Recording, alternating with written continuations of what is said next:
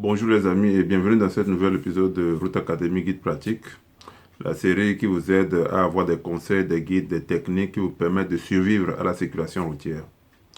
Aujourd'hui, je m'en vais partager avec vous un élément de journal télévisé sur i24 News qui montre qu'en Israël, en 2017, les accidents de la circulation ont été la première cause non naturelle de mortalité dans ce pays. Vous verrez le lien qui existe entre ce taux de mortalité et les mauvaises habitudes de la route et l'impact que les régulations peuvent avoir sur, n'est-ce pas, ce taux. Je vous laisse plutôt suivre.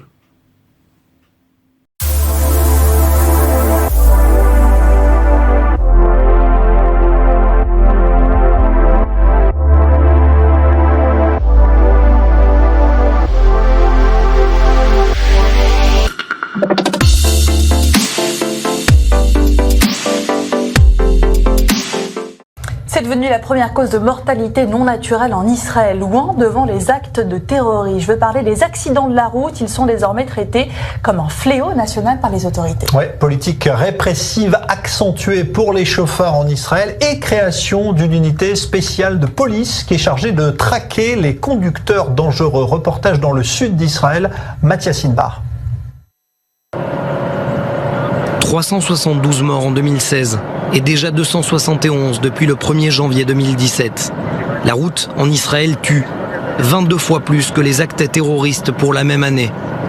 Alors pour comprendre pourquoi ces routes sont fatales, nous avons accompagné la commandante de l'unité de police de la route déployée dans l'une des régions les plus mortifères du pays, le Negev.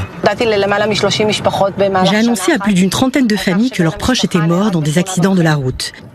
Il n'y a rien de plus difficile que d'annoncer une telle nouvelle, surtout lorsque l'on sait que cet accident aurait pu être évité. Shlomit a 41 ans. Cette mère de famille de 3 enfants est en charge de plusieurs centaines de kilomètres. Pour elle, c'est la culture de la conduite qui doit évoluer. Entre ceux qui lisent des journaux volant dans semi-remorque, d'autres qui conduisent avec un téléphone à la main ou qui regardent des films sur leur portable tout en conduisant. Sans oublier ceux qui sont équipés de ceintures de fortune. Ah bon, c'est normal pour vous. Vous pensez que c'est légal ça. Et la pince à linge, ça aussi c'est important. Dans les faits, ces conducteurs ne seraient pas conscients du danger. Ce sont des gens tout à fait normaux, pas des criminels dès le départ. Mais ces infractions résultent d'incivilité. Elles les mettent en danger, ceux qui les entourent. Nous ne sommes pas là uniquement pour les punir, mais pour leur montrer que ces infractions sont dangereuses. Conséquence, ces policiers sont obligés de sillonner 24 heures sur 24 les routes de cette région du Negev. Et surtout, de repérer les contrevenants avant qu'ils ne sévissent. La preuve dans les faits, nous sommes sur un pont. Ce policier, doté de jumelles longue distance, repère un pick-up au comportement douteux. Notre policier s'aperçoit des infractions, il prévient les unités au sol, j'ai 2 patrouilles positionnées le long de la route et il leur donne les détails. Ce pick-up a été arrêté avec plusieurs sachets qui ne sont pas attachés, un véritable danger pour tous les automobilistes qui l'entourent. Des cas comme ça, des policiers israéliens en rencontrent des dizaines, voire des centaines par jour. Et ces policiers ne sont pas au bout de leur surprise. Ce pick-up n'a pas passé de test technique depuis 2 ans. Ses pneus sont sur le point d'exploser. Les valves rattachées aux essieux sont, elles, partiellement déchirées. C'est le type d'incident où l'on peut se trouver en cas d'accident avec des blessés, voire pire. Le véhicule peut se retourner, d'autres voitures peuvent le percuter. Le jeune conducteur bédouin ne semble même pas étonné de son arrestation. L'effet de dissuasion doit être plus sévère, selon le porte-parole de la police israélienne de la route.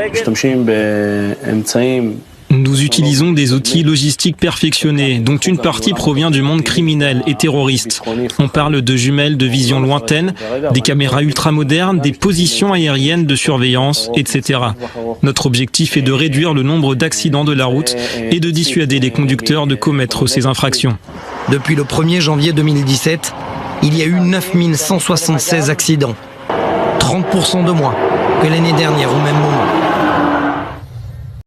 Quelques remarques à effectuer sur l'élément de vidéo qui vient de précéder. C'est que premièrement, il existe un lien direct entre les comportements derrière le volant et le taux d'accident dans la circulation.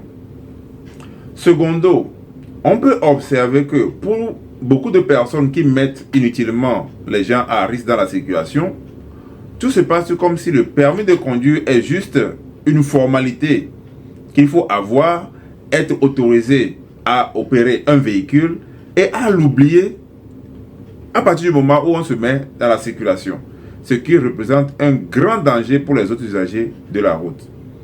Donc, c'est les deux principales leçons que nous pouvons tirer de ceci. Et cela nous permet de nous régler nous-mêmes pour savoir que les codes de la route que nous étudions, qui nous permettent d'avoir le permis de conduire, sont à appliquer de façon permanente dans la circulation afin de sauver non seulement notre vie, mais de permettre à d'autres usagers de la route également de survivre. Si vous avez aimé cette vidéo, n'oubliez pas de souscrire, n'oubliez pas de partager, n'oubliez pas également de commenter. Dites-nous ce qui vous intéresse sur ces vidéos.